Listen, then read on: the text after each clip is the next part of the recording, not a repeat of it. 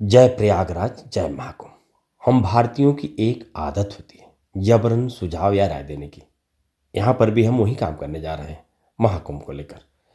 करोड़ों की संख्या में संगम प्रयागराज पहुंचना वैश्विक बड़े मामलों में से एक है।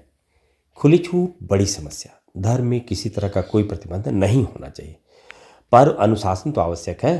श्रद्धालु तो महाकुंभ में स्नान को लेकर 144 साल बाद ही आएगा। इन बातों को लेकर अत्यंत उत्साहित थे। श्रद्धालु तो केवल श्रद्धालु थे, वे सब कुछ नियत मान चल रहे थे।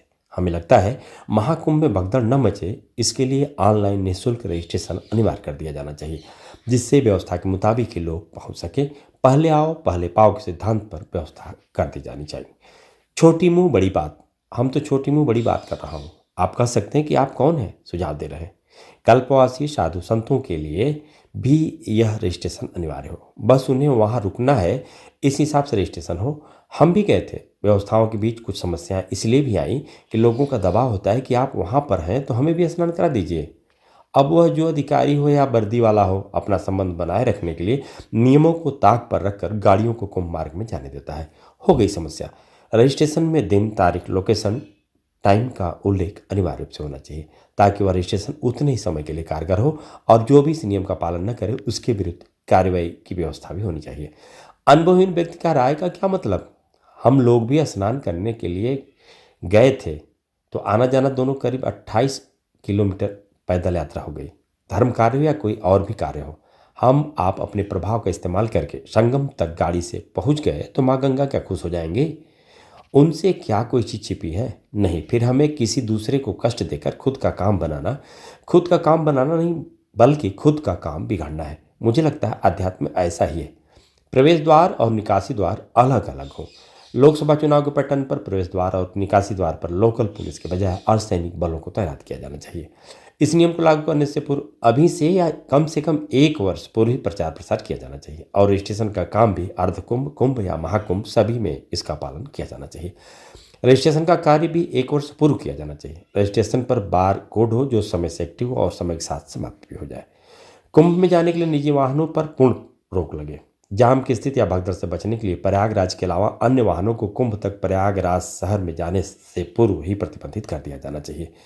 मुख्य मार्ग पर किसी तरह की जाम की स्थिति न बनने पाए, इसके लिए रोडेज की बसों का संचालन किया जाए। जब रजिस्ट्रेशन नियंत्रित होगा तो बसों या ट्रेनों में भी भगदड़ की स्थिति नहीं बनेगी। संगम स्थल के निकट भंडारे आदि की व्यवस्था पर रोक। साधु संतों, कल्पवासियों आदि की अपनी व्यवस्था हो, पर कुंभ क्षेत्र में भंडारे की व्यवस्था पर 100% रोक होनी चाहिए। भंडारे की व्यवस्था निकासी द्वार पर बने, अस्थायी बने रोडवेज स्टॉपों पर किया जाना चाहिए। अन्य सेवा कार्य भी संगम स्थल से दूर किया जाना चाहिए। जैसे मंदिरों में दर्शन स्थल से श्रद्धालुओं को नियंत्रित किया जाता है, वैसे श्रद्धालुओं को प्रवेश द्वार, स्नान स्थल, निकासी द्वार से नियंत्रित किया जाना चाहिए। प्रयागवासियों को अघोषित हाउस अरेस्ट से मिलेगी निजात। संगम स्थल पर जाम की स्थिति न बने, इसके लिए प्रयागराज की सीमा से प्रवेश पर निगरानी रखी जाए। कुंभ के दौरान सभी टिकट ऑनलाइन कर दिए जाए और टिकट की स्थिति में स्टेशनों में प्रवेश दिया जाए। वाय व्यवस्था पुलिस की जिम्मे और आंतरिक व्यवस्था अर्धसैनिकों के हाथ। पुलिस के अस्थायी थाने कुंभ क्षेत्र में हो, पर आंतरिक व्यवस्था अर्धसैनिक बलों के हाथ में हो। कुंभ के बाहरी क्षेत्रों में ही उन्हें जिम्मेदारी सौंपी जाए। अर्धसैनिकों का कैंप कुंभ क्षेत्र में हो और वहीं उनके रहने खाने आदि की व्यवस्था हो। वीआईपी की व्यवस्था अलग। श्रद्धालुओं से बड़ा वीआईपी कोई नहीं है, पर जो कोई अलग से बेहतर व्यवस्था चाहता है उसके लिए अलग से हेलीपैड बनवाया जाए, जहां हेलीकॉप्टर उतरे और उन्हें प्रीमियम लिमिट टिकट दिए जाए। उसके लिए संगम क्षेत्र में दूसरी ओर स्थान दिए जाए, संगम नोज स्थल से दूर। विदेशियों को श्रद्धालुओं के साथ या वीआईपी व्यवस्था दी जा सकती है। संगम स्थल पर एम्बुलेंस या फायर ब्रिगेड या चिकित्सालय की 24 घंटे व्यवस्था हो। पहले आओ पहले पाओ के सिद्धांत पर व्यवस्था लागू की जाए। कुंभ स्थल से बाहर प्रवेश और निकासी स्थल पर शौचालय आदि की बेहतर व्यवस्था हो। माँ गंगा या यमुना के पेट स्थल में शौचालय की व्यवस्था न हो। मुझे लगता है यह पवित्रता के विपरीत है। साधु संतों या विशेष परिस्थितियों में शौच आदि के लिए चलते फिरते शौचालय की व्यवस्था की जाए, या बड़े टैंक आदि से जोड़कर शौचालय बनाया जा सकता है। प्रकाश और सफाई की व्यवस्था लगभग ठीक थी। बिजली कर्मियों और सफाई कर्मी इसके लिए बधाई के पात्र हैं। मोदी जी, योगी जी को धन्यवाद। उन श्रद्धालुओं को श्रद्धांजलि और नमन करता हूँ जिनकी भगदड़ में जान चली गई है। ईश्वर उनके आत्मा को अपने चरण में स्थान दे। जय संगम प्रयागराज, जय महाकुंभ, जय जय श्री सीताराम की।